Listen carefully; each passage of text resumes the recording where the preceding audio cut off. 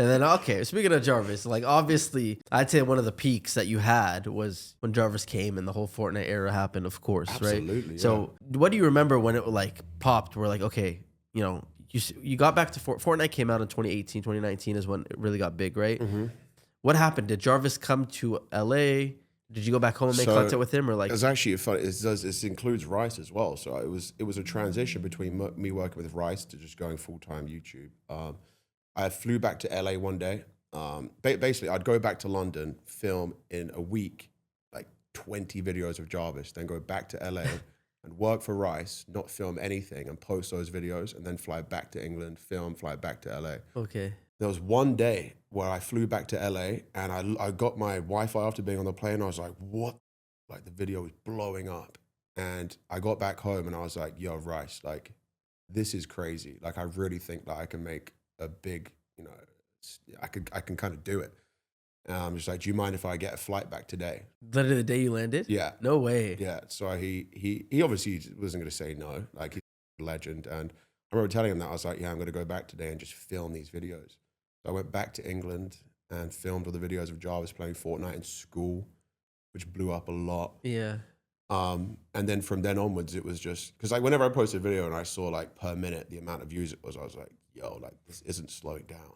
Dude, the fact that you landed and flew back same day, Yeah. that's so crazy. I didn't know that story. Really, yeah. That's commitment, because like I know that feeling of when you feel like, oh my God, I got something here. Yeah. It was a video. It was like this 15-year-old is the best Fortnite kid in the world or something like that. So he was 15 at the time. Okay, because within a year, you got Jarvis in LA. Yeah, yeah. Probably less than that. Yeah, even before he was in FaZe, he was technically. You moved into the house. Yeah. So how did that? How soon after? Okay, so you went back to LA same day. Yeah. And then you kind of just dialed in on Fortnite with Jarvis. Yeah, dialed in on Fortnite with Jarvis. And then when I went back to LA, I remember a very significant phone call I had with my mum, and we've spoken about this a lot. But I took him out there for 2 weeks, and my mum agreed because he was in college at the time, or like high school. Sorry, he was in high school. Took him out there, and I remember having a huge argument with my mum because I was like, I think he's just gonna stay. Like he's doing so good. Yeah. She was like, you're kidnapping my son.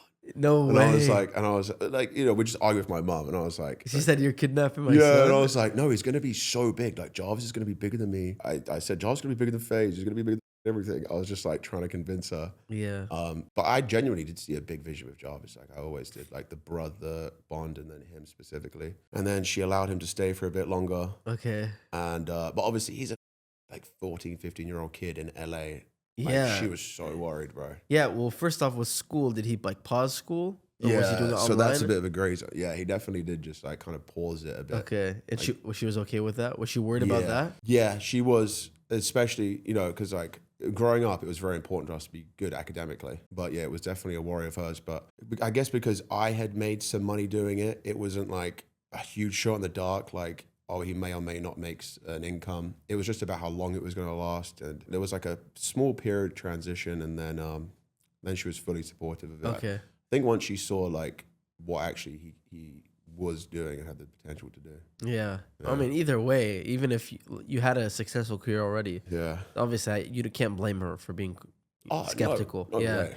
So I think that point though, of him coming as a 15-year-old, like, because I know what goes on in LA, even in that house, the Clout House too, right? There's a lot of drugs around LA and drinking and partying. And so how did, like, again, I look at you genuinely as like an older brother before anything, because you're always, all I can remember is how much you literally care about Jarvis. Yeah. Like your focus is always on Jarvis. Yeah.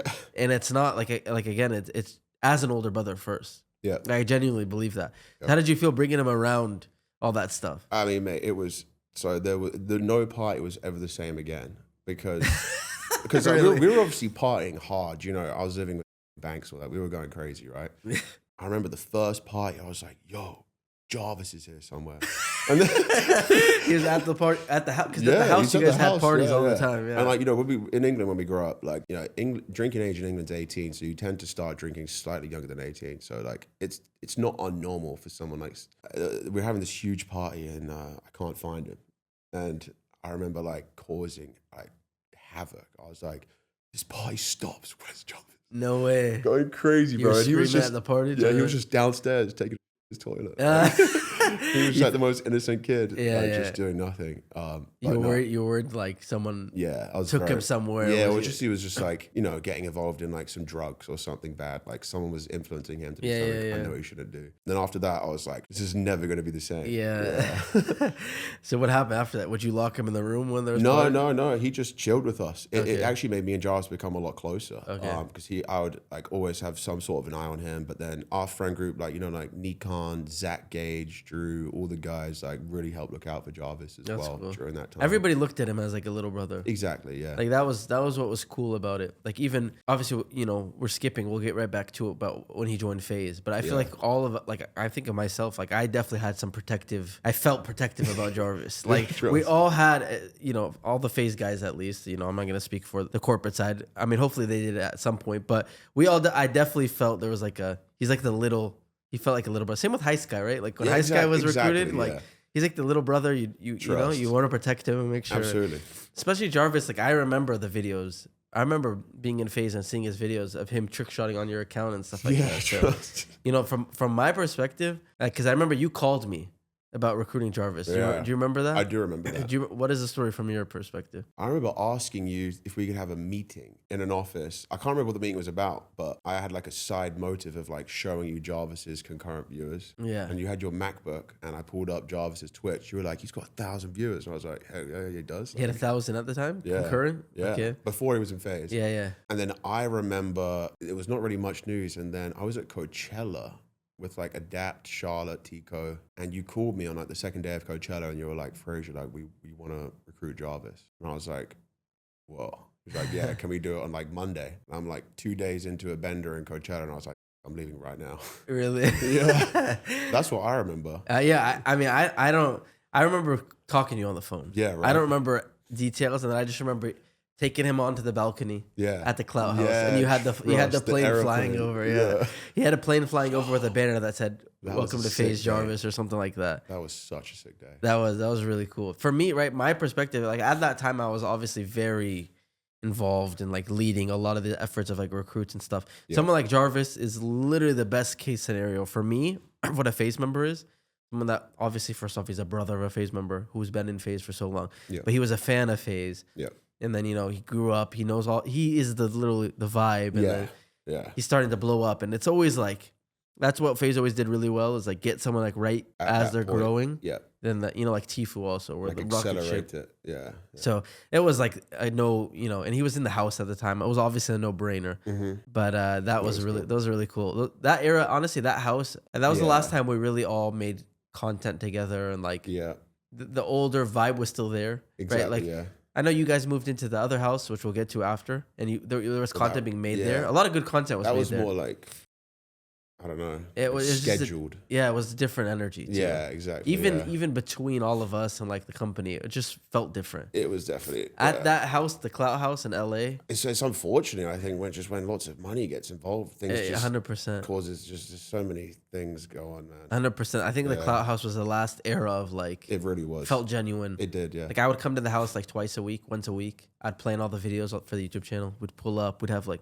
Scissors and Orba and everyone would all be in the room. Bro, trust. And everyone would just be in a good mood, and we'd be recording. It was really fun. That house with Orba, Tensor as well. Tensor, that was good fun. So a lot of people cycled in that house, but I still speak to Tensor. I really like Tensor. Yeah, he's out here too. Yeah, he is faking clips still, but I love how people still reference that. Yeah, that's funny. But it was really cool when he joined. And from that moment, you just never stopped grinding.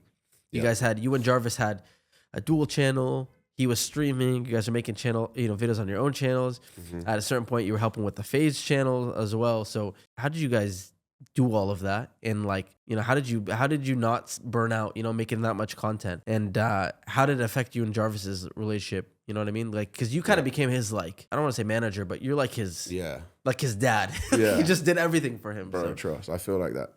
But no, it was Yusuf, one of the first guys back in the day when I was like running around, setting up the camera, doing all this. And he was like, Frazier, you need to hire an assistant. And I was like, what? Like someone that just works for me? Yeah. He's like, yeah. I was like, okay.